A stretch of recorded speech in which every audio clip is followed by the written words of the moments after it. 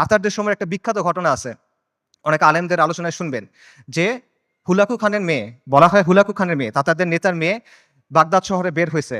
সে একজন আলেমকে দেখছে, তাকে গিয়ে প্রশ্ন করতেছে, এই তোমাদের কোরআনে না লেখা আছে আল্লাহ তোমাদের বিজয়ী করবেন, আল্লাহ তোমাদের কর্তৃত্ব দিবেন, তোমরা সম্মানিত হবা, আর এটা কোরআন তো ভুল, কারণ আমরা তোমাদের উপরে কর্তৃত্ব করতেছি, তোমরা আমাদের অধীনস্থ।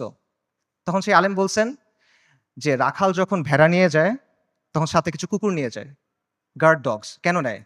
কারণ ভেড়া যখন পাল থেকে বের হয়ে যায় তখন কুকুর ছেড়ে দিতে হয়, কুকুরের ধাওয়া খেয়ে ভেড়াগুলো আবার পালে ফেরত আসে। তোমরা তাচাররা হলো এই কুকুর, আল্লাহ তোমাদেরকে পাঠাইছেন কারণ আমরা দিন থেকে সরে গেছি, তোমাদের ধাওয়া খেয়ে আমরা দিনের দিকে যখন ফিরবো তখন যিনি তোমাদের ছাড়ছেন তিনি তোমাদের আবার বেঁধে ফেলবেন। সুবহানাল্লাহ। আন্ডারস্ট্যান্ডিংটা খুব ক্লিয়ার। তাদের মধ্যে অনুশোচনা ছিল, দুঃখ ছিল, কিন্তু কোনো কনফিউশন ছিল না, শত্রুকে নিয়ে মুগ্ধতা ছিল না। তারা এটা ক্লিয়ার ছিল যে আমরা দিন থেকে সরছি, এই জন্য আজকে আমাদের এই অবস্থা, আমাদের দিনে ফেরত আসতে হবে।